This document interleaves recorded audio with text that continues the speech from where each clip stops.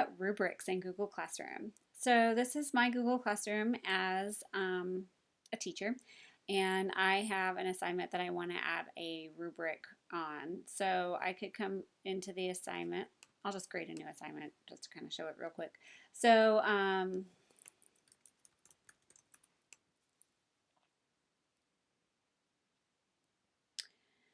I can set the due date here. I can put it in a topic, and I can add a rubric. So if I add the rubric, I can create or reuse or import from Google Sheets. So if I already have something typed in Sheets, I can import it in as well. If I create the rubric, then I can use scoring, or I can turn that off.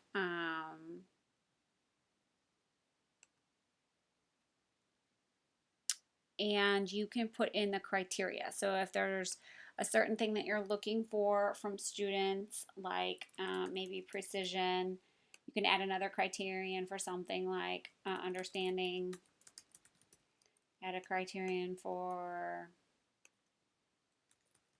critical thinking. I don't know, whatever your criteria are that you're looking for. Following, I tend to not like criteria that are about behavior, but if whatever you want to put to give them an idea of how you're going to grade them on that particular thing. So then you can also put in a description of that particular criterion that you're looking for, and then you can add levels. So if you have a detailed description, when you add your levels, you can just give it a title.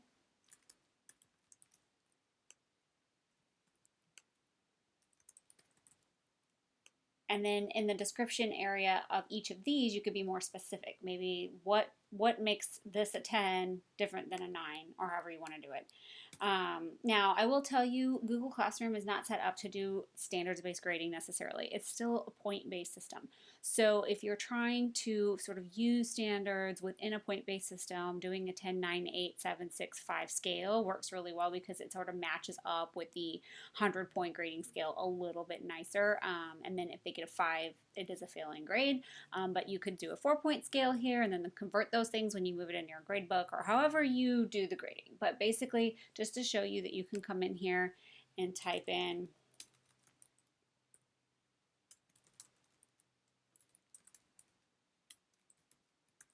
whatever you want for these things.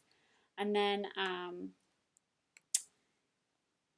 for each one of these levels, you can do that.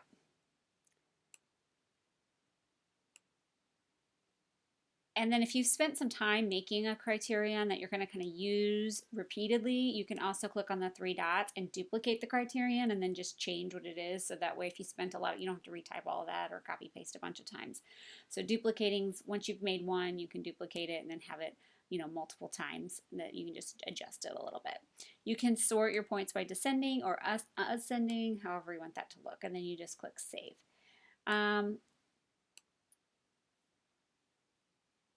So I am going to just delete this because I want to go back and show you something else. Okay.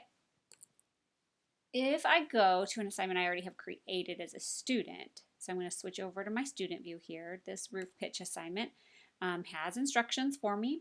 I'm going to view this assignment. It has instructions, it has a link for me to use, and you can see right here there is a rubric for mathematical understanding. And so if I hover over these things, it'll show me sort of what that means, but I can click the little arrow next to the point value and I can see what these are. I can also open it this way, and then when I add or create my work,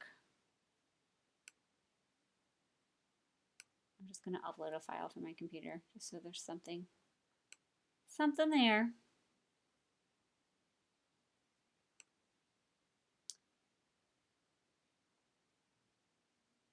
I don't know. Throw it in there. Upload.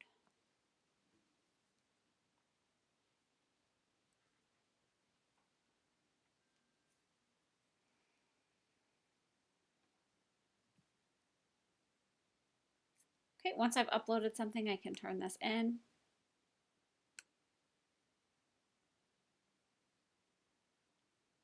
And then I want to come back over to the teacher view.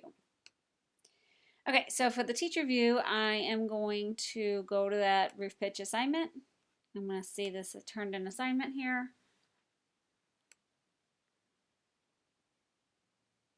And then when I grade it, my rubric shows up over, now obviously this is just some PDF I grabbed. If I look at the rubric, it's over here on the right-hand side. I can give this a score, but if I'm using my rubric, I can just choose these things. So if I wanted to give an, you just click through the points, which is really nice, and it goes ahead and creates a grade. And then I can add a private comment to the work. And then I can return it to the student.